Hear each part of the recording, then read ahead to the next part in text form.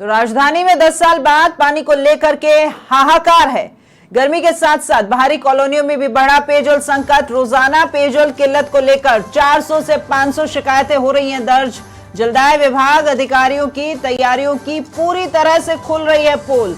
गर्मी को लेकर नहीं की है पेयजल को लेकर के आवश्यक तैयारियां। शहर के अधिकांश क्षेत्रों में 30 से 40 मिनट ही हो रहा है पानी सप्लाई, तो उपभोक्ताओं को डिमांड का आधा भी नहीं मिल पा रहा है पीने का पानी। और कम प्रेशर की समस्या से अंतिम छोर के उपभोक्ताओं को नहीं मिल पा रहा पानी।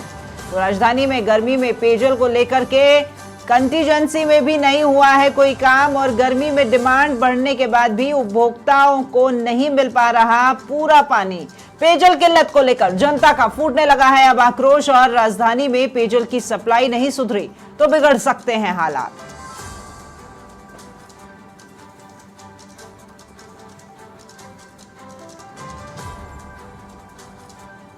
तो पेयजल की सप्लाई अगर नहीं सुधरी तो बिगड़ सकते हैं हालात। 10 साल बाद पानी को लेकर के हाहाकार देखने को मिल रहा है। गर्मी के साथ साथ बाहरी कॉलोनियों में भी पानी का संकट बढ़ गया है। 400 से 500 शिकायतें दर्ज हो चुकी हैं पानी की किल्लत को लेकर के। पेयजल सप्लाई बाधित हो रही है, और जहां पानी आ रहा है वहां भी कम समय के लिए कम प्रेशर से पानी मिल रहा है, जिसके चलते अंतिम छोर तक, जिस व्यक्ति के घर तक वो पानी की सप्लाई पहुंचनी चाहिए, उस तक पानी भी नहीं पहुंच पा रहा है। तो जलदाय विभाग के अधिकारियों की तैयारियों की खुल गई है पोल, और गर्मी को लेकर के, पेयजल को लेकर के कोई तैयारी नहीं की गई है।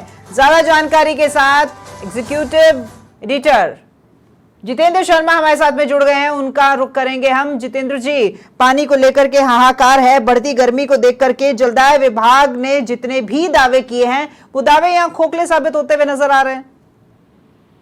देखिए राखी, जो गर्मी को लेकर जलदाय विभाग को आवश्यक तैयारियां करनी चाहिए थी वो पूरी तरीके से फेल होती नजर आ रही है।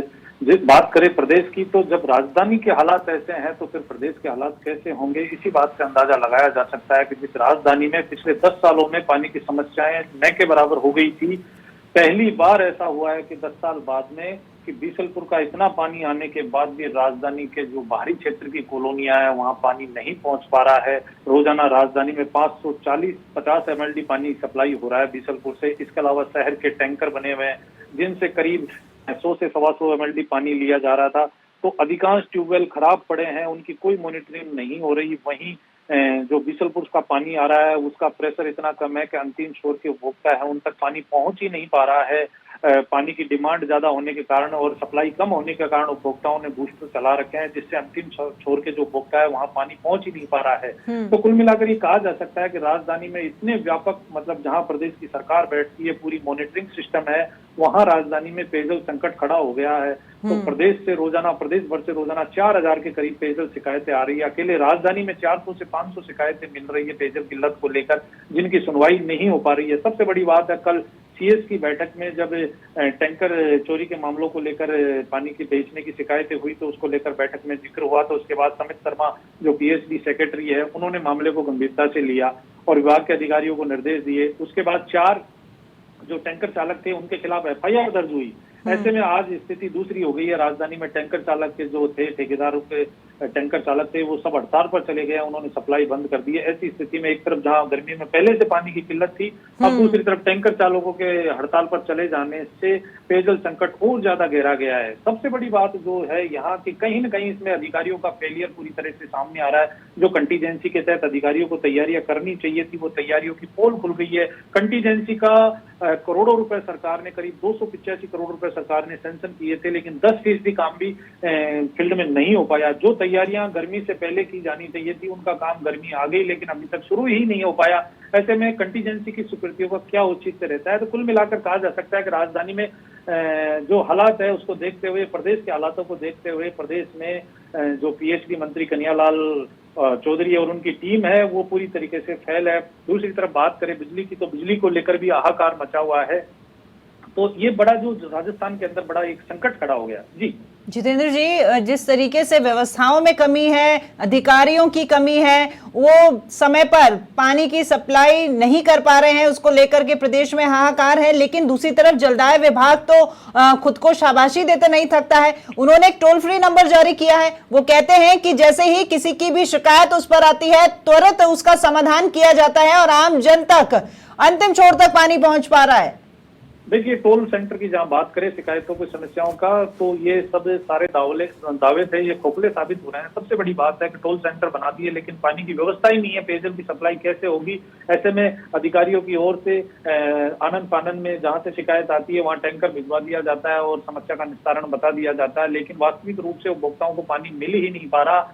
ये एक बड़ी खामी है। पूरी तरीके से ऊपर से नीचे तक अधिकारी और इंजीनियर आपस में एक दूसरे को बचाने में जुटे हुए हैं। जो उनकी कंटीजेंसी की तैयारियां थी, उनकी पोल खुल गई है, उसको दबाने के लिए अब ये सारे हथकंडे अपनाए जा रहे हैं। जहां तक हम बात करें कि इस तरीके की बातें हो रही है, अकेले राजधानी में 400 शिकायतें, 500 शिकायतें रोजाना पेयजल किल्लत को लेकर आ रही है।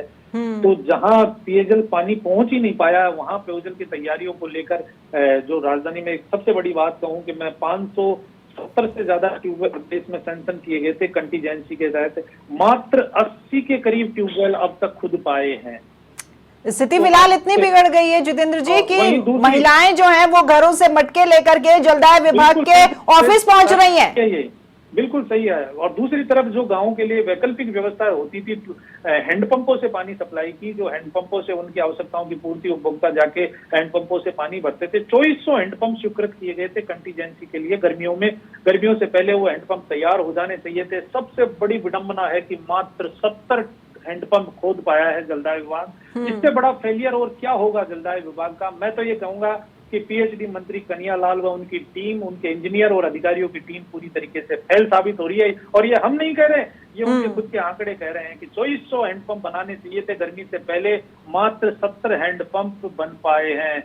और जहां 570 ट्यूबवेल किल्लत वाले क्षेत्रों में खुदने चाहिए थे, मात्र 85 ट्यूबवेल खुद पाए हैं, जिन पर भी बिजली के कनेक्शन नहीं है। तो इससे बड़ा फेलियर और क्या होगा जलदाय विभाग की कंटीजेंसी की तैयारियों का? ये सवाल हम खड़े नहीं कर रहे।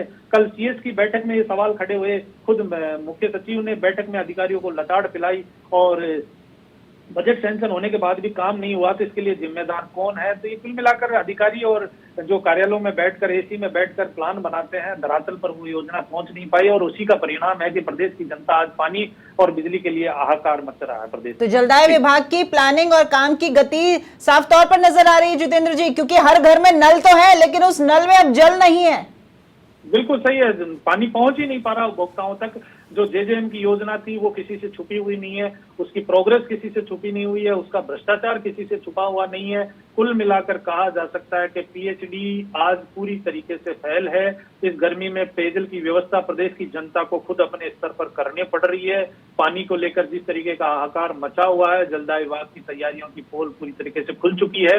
अब आने वाले टाइम में देखना है कि मुख्यमंत्री जो भजनलाल शर्मा है वो इस पूरे मामले को किस तरीके से गंभीरता से लेते हैं, क्योंकि ये उनकी एक पूरी सरकार पर, मात्र सरकार बनने के 4-5 महीने बाद ही उनकी सरकार के सामने बड़ा संकट है कि उनको इस पूरी विकट स्थिति है, संकट की स्थिति है, इसको किस तरीके से इसका सामना करके जल्द से जल्द प्रदेश की जनता को राहत पहुंचाई जा सकती है। इस पर मैं तो कहूंगा सरकार को जल्द बड़ा एक्शन लेना चाहिए और बड़े स्तर पर इस पर काम करना चाहिए। जी बिल्कुल, धन्यवाद आपका बहुत इस तमाम जानकारी के लिए। तो ये हमारे एग्जीक्यूटिव एडिटर जितेंद्र शर्मा जी जो हमारे साथ में जुड़े थे, जिनका कहना था कि अब मुख्यमंत्री भजनलाल शर्मा के सामने ये बड़ा सवाल है कि किस तरीके से इन तमाम समस्याओं का समाधान और कितना जल्द वो समाधान निकाल पाते हैं, क्योंकि प्रदेश भर में पानी की समस्या और खास तौर पर जब आप यहाँ राजधानी में इस तरह की पानी की किल्लत देख रहे हैं, यहाँ लोगों में हाहाकार मचा हुआ है, पानी जो है वो सप्लाई लगातार बाधित हो रही है, आम जन तक पीने का पानी नहीं पहुंच पा रहा है।